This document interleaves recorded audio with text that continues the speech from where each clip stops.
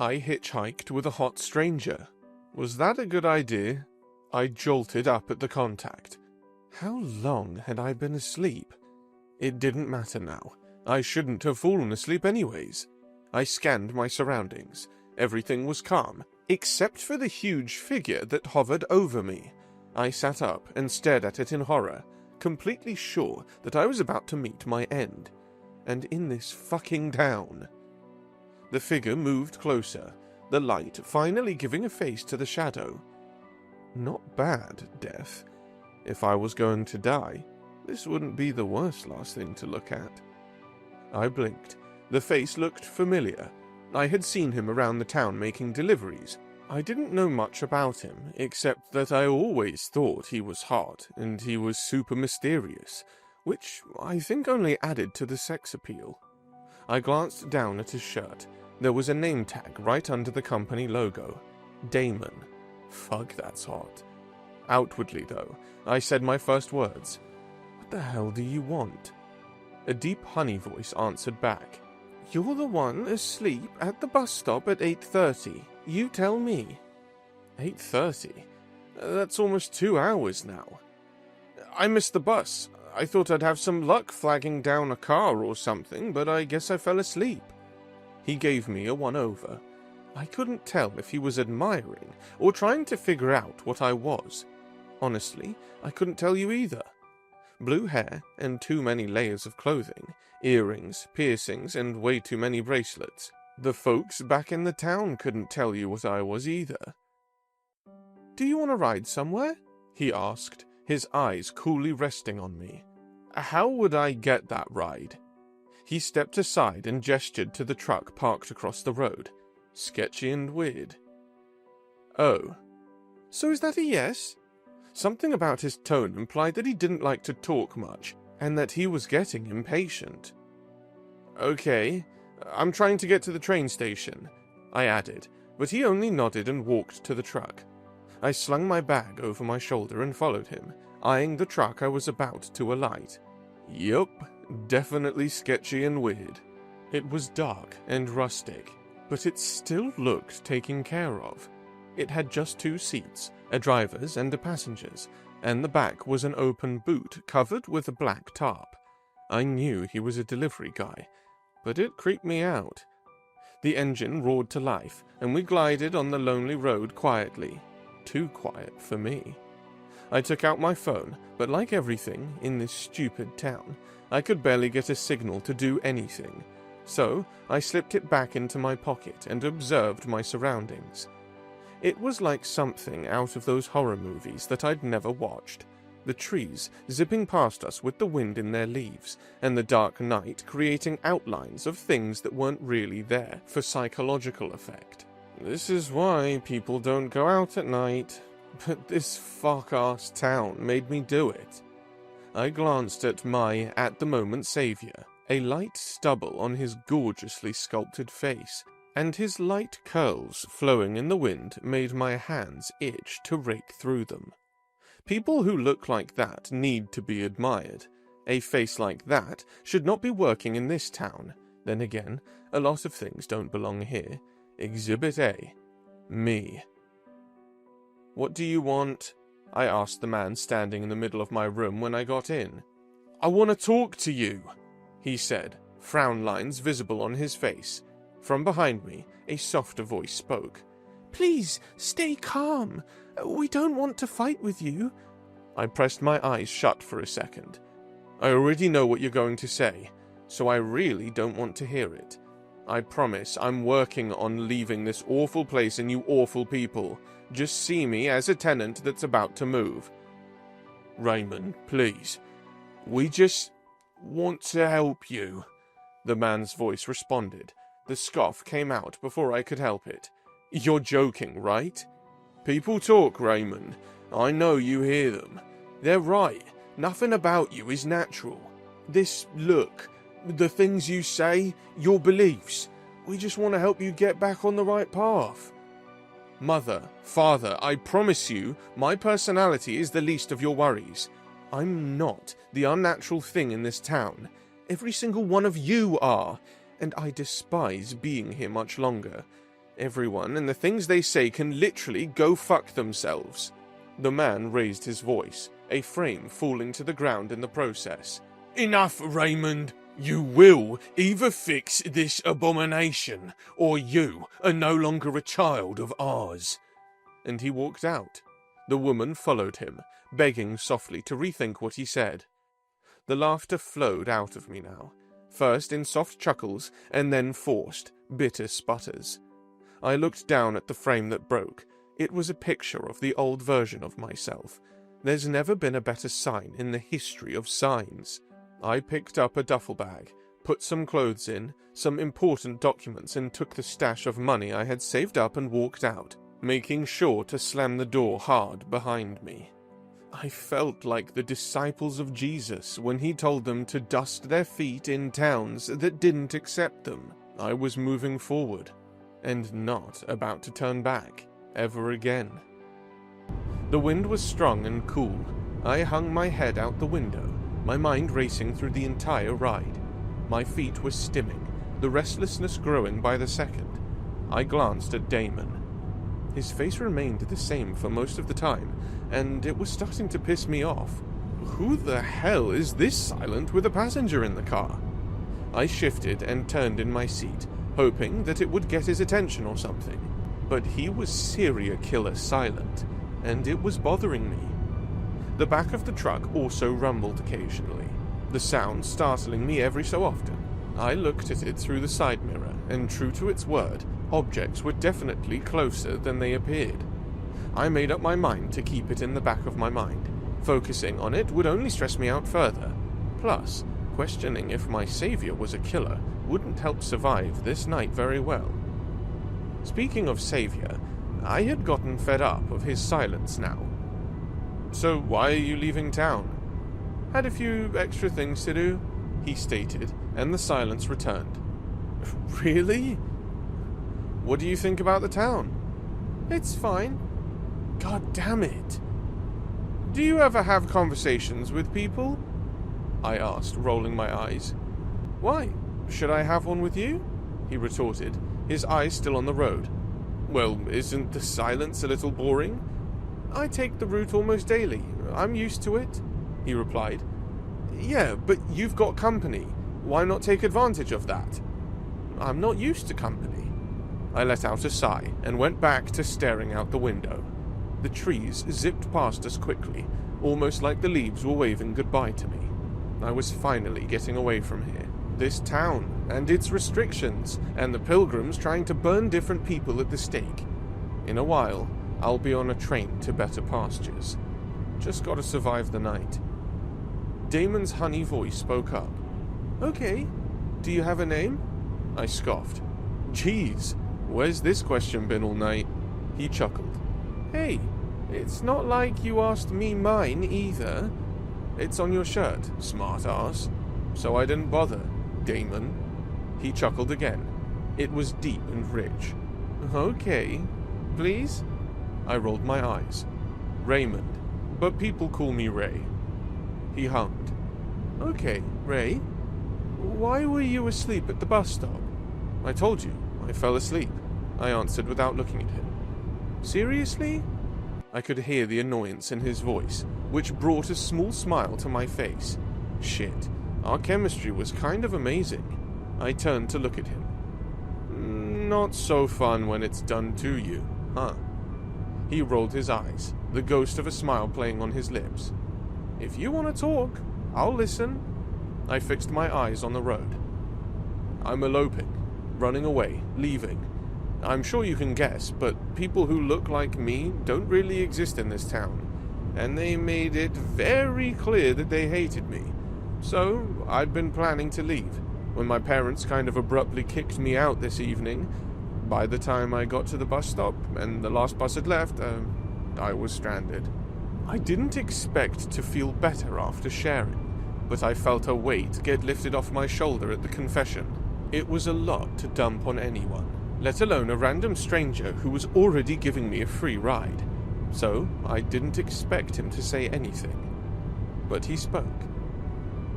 "You made the right decision." My head snapped towards him. He was still staring at the road, but his face held a look of understanding. Then he turned to me and offered me a smile. Really? Trying to conform sucks. It's better to be yourself. And if it makes you feel better... He paused and looked me over. I happen to really like the look. A shiver ran through me. Oh shit. My throat ran dry, and I tried to busy myself with anything else. I scanned the truck and noticed the stereo. Without thinking, I reached forward and turned it on.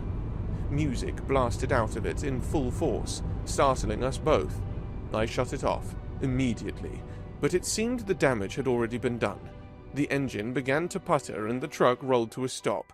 Smoke engulfed us as Damon got down and went to check on the truck. I followed suit.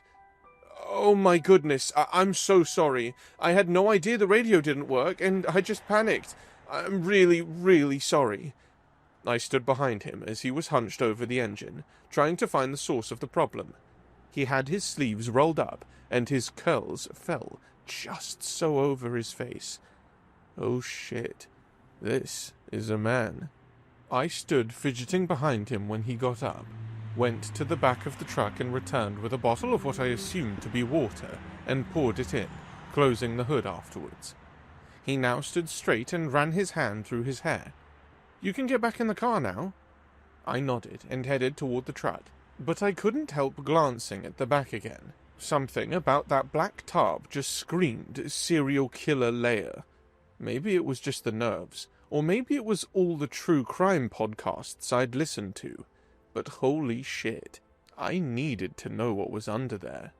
Instead of sliding into the passenger seat like a normal person, I edged around to the back, glancing over my shoulder to make sure Damon was still fussing under the hood. My pulse was pounding so loud, I barely noticed my hands shaking as I lifted the edge of the tarp. And holy shit, a little girl was staring right back at me, big brown eyes wide and shiny in the darkness. She looked about 7, with messy hair and a striped shirt, clutching a stuffed animal. She blinked for half a second, then started bawling. "Help!" she wailed, scrambling forward. "Please, help me! He's gonna hurt me!" Oh God, I lost a solid 5 years of my life right there. Without even thinking, I scooped her up and bolted, my brain short-circuiting. I could just see the headlines now. Small-town weirdo rescues kidnapped girl from serial killer tracker. "It's okay, I've got you," I said, half out of breath and absolutely panicking. "You're safe, I promise. Who are you? Where did you come from? Are you hurt? Oh God, did he kidnap you? Where are your parents? Tell me everything. We're gonna get you help. Just hang on, okay?" She kept crying and clutching my shirt, mumbling something about being scared. I was so deep into rescue mode, I didn't even notice Damon coming around the corner until he was right there, eyebrows raised, looking half concerned and half amused. I spun around and put myself squarely between Damon and the girl. "Back off. I don't know what the hell you're planning, but I'm not letting you hurt her." He let out a little snort, but tried to stifle it. "Raymond, what are you—" "She said help. You had her hidden under that tarp. What kind of psycho even—" Suddenly, the little girl burst out laughing, like full-on giggle meltdown. My arms dropped in total confusion as she wriggled out of my grip and practically collapsed at Damon's feet. "You should have seen the look on your face," she squealed, tears of laughter mixing with the ones from her fake sobbing. Damon rolled his eyes and crouched down to ruffle her hair. "Ray, meet my little sister, Maisie. She's a menace. Aren't you, Squirt?" Maisie grinned up at me, still hiccuping with giggles. "Sorry, you were so jumpy and noisy, so I decided to scare you." I just stared at them both, processing, lungs still tight with panic adrenaline. "Are you kidding me? You... I sputtered, but words failed me. Damon just shrugged, grinning. Maisie stuck out her tongue at me. "What can I say? I was bored and you're funny. Most people just ignore me in there." I shook my head, trying not to laugh too. mostly out of sheer relief. Oh God, you almost gave me a heart attack. Damon led Maisie back to the truck. Come on, hero. Get in before Maisie finds another way to make you wet your pants. I slid into the passenger seat, still shaking my head. Last night, I thought missing the bus was the worst luck ever. Now, apparently, I'd been pranked by a 7-year-old and an annoyingly hot Canadian. Some road trip, but at least nobody was a serial killer that I knew of. Okay, tell me about your first kiss, Damon asked, glancing at me from the corner of his eye. We'd been driving for a while, and the conversation was easy now, like we'd known each other way longer than a few hours. I grinned, deflecting. Seriously? That's your big question? He laughed. I mean, Maisie would want to know. She quizzes everyone I bring near the truck. She's kind of a terror, in case that wasn't obvious. His smile softened. She's the only family I've got. I've basically raised her since she was a toddler. The job's not great, but it keeps a roof over our head. Hard to be serious about much else when my whole world's riding in the back seat, you know? My heart squeezed a bit at that. She's a good kid. Very, creative with her pranks. Damon snorted. Yeah, creative's one word. He shot me a sideways look. All right, now your turn. First kiss? I sighed, playing along. 16, Billy Kerowitz, under the bleachers. Before you ask, he's getting married to his high school sweetheart now. And yes, his DMs are still a mess. Poor Billy. Damon shook his head, mock pity on his face. Living a lie for the rest of his life? I grinned. Oh, Chapel Roan definitely has a song for him. But no, I don't do closet cases or sneaky links before the big wedding. Lesson learned. Damon raised his brows. So, no casual hookups for you? I shook my head. Not my thing, and definitely not with people who can't be honest about who they are. Why so curious, anyway? He gave a little shrug. Just wondering. Sometimes being with someone, even for the wrong reasons, feels better than being alone. I eyed him. Sounds like you're speaking from experience. He smirked. With sex? Absolutely. But yeah, I had a thing with a guy who'd never come out. Stuck around way too long, hoping he'd change. He didn't. Move on when you can, I say. I nudged him. Do you ever take anything seriously? Damon was quiet for a second. I joke about most things because, honestly, there's been a lot I couldn't fix. Had to grow up fast for Maisie. But loving someone, yeah. I take something seriously. Maybe too seriously sometimes. I nodded, understanding more than I wanted to admit. Humor was how I'd survived too. He gave me a crooked smile. Still, no harm being casual about some stuff, even sex. He said that last bit with his eyes on mine, through the rear view, making my cheeks go warm. If he wasn't flirting before, he sure was now. His hand, accidentally, drifted from the gear shift to my thigh and squeezed. Electricity. Fire. I bit my lip, hard, trying not to react. In the rear view, the tarp over the bed of the truck fluttered. Maybe the wind, maybe not. One thing I knew for sure. I was in trouble now. Damon pulled into the parking lot of a tired-looking motel. It was almost midnight, and the train station was an impossible fantasy at this point. Maisie, all big eyes and sudden yawns, had curled up in the back seat, barely upright. Damon checked them in. 2 rooms, thank God, or I might have just collapsed in the lobby. He handed Maisie a key, then gave the second one to me. I'm right across the hall if you need anything, he said quietly. Maisie just mumbled, "Night," and totted to their room on a cloud of exhaustion. I shut the flimsy door behind me and just stood there for a second. Everything catching up. The day's chaos, Maisie's prank, Damon's hand on my thigh like it belonged there. I flopped down on the bed without even taking off my shoes. Staring at the crusty ceiling, I tried to slow my breathing. But all I could think about was Damon.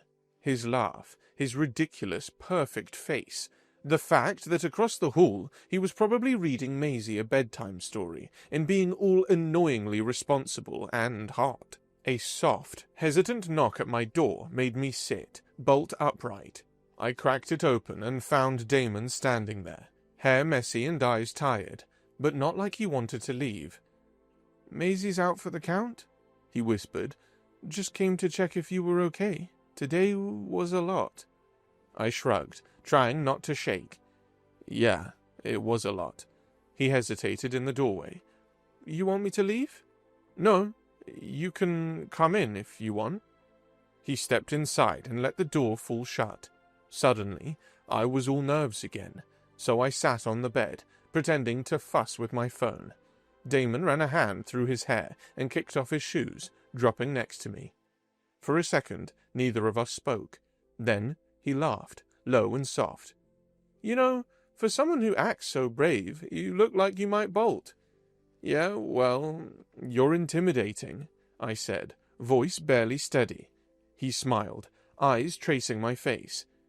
"You never really stared at me in the truck, did you? Now you can't stop." I blushed, caught. I wasn't... well, maybe a little. The heat between us felt electric, like if I moved, I might spark. "There's better ways to look at me, you know." Suddenly, he reached out and grazed his fingers along my jaw. I shivered, but didn't back off.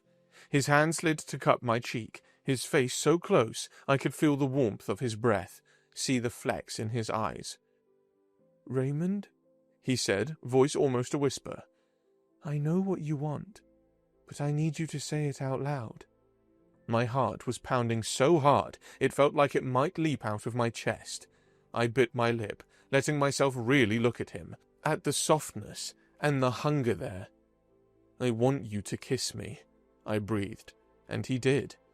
His lips met mine, slow at first, a question and a promise. My hands slid up to his shoulders, clutching his shirt because I needed something to hang on to. When he deepened the kiss, all the worry and restlessness of the day melted into heat and possibility. When we finally broke apart, his forehead pressed to mine. Damon just grinned. "Told you there were better ways." I managed a shaky laugh.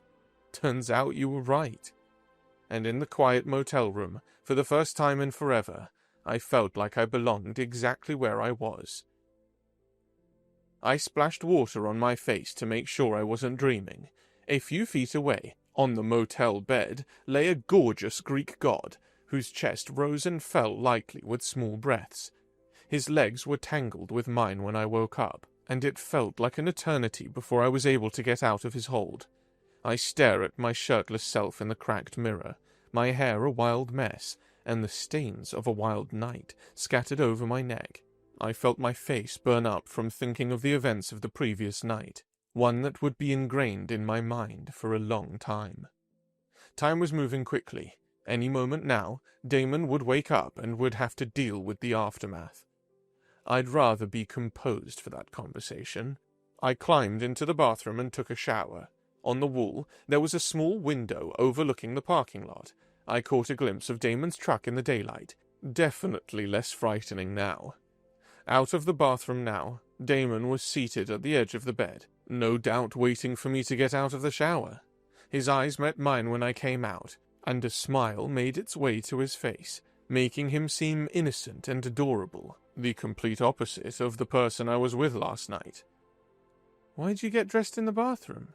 We did see each other naked already," he teased. I blushed. "I just wanted to get an early start, that's all. My train leaves at 9, so..." He trailed off. He walked towards me and pulled me in for a long, deep kiss that left my head spinning. "I hope you don't mind. I can be a little informal with people I like after sex."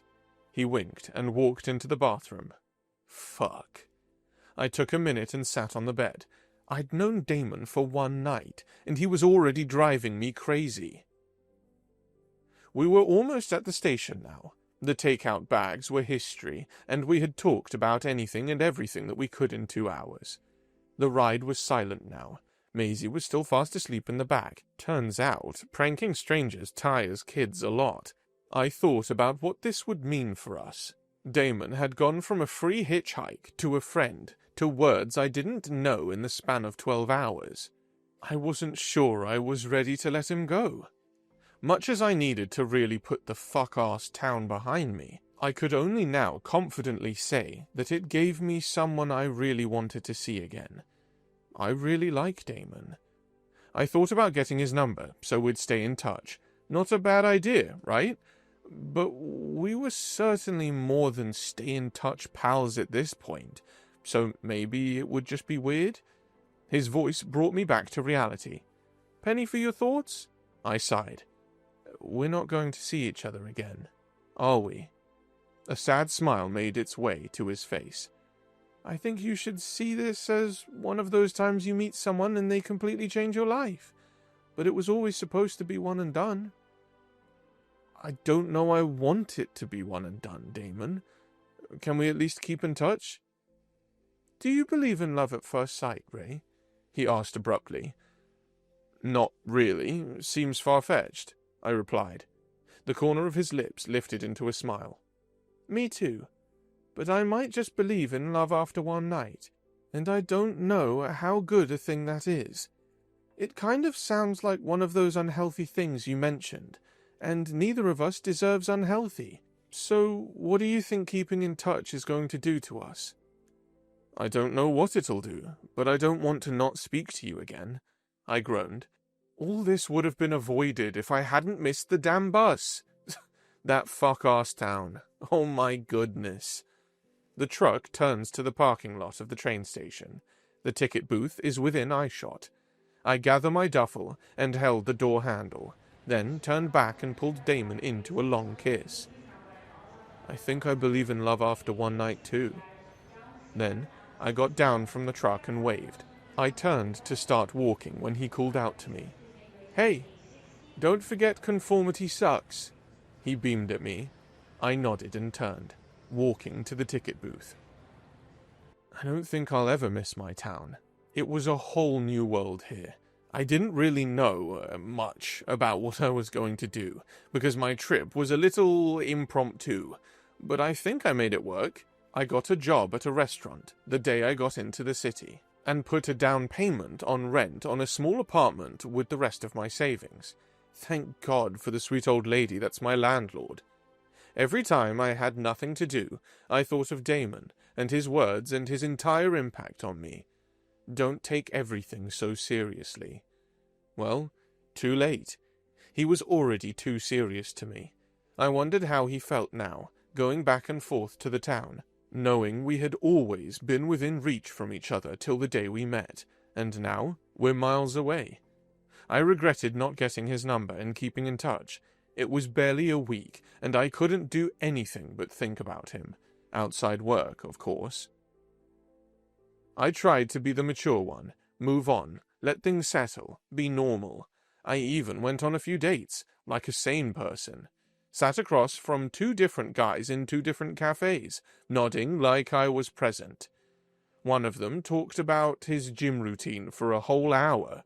The other kept adjusting his hair in the window like we were on a date with his reflection. And I smiled through it. I really did, because maybe the problem was me. Maybe I'd set the bar too high. Maybe one night of real connection ruined me for one-night stands and small talk. Either way, it was clear now. There was only one thing left to do. You wouldn't blame me, I don't think. I'd fallen in love with some dude after knowing him for one night. And you'd think the distance away would be good for me, but fuck that.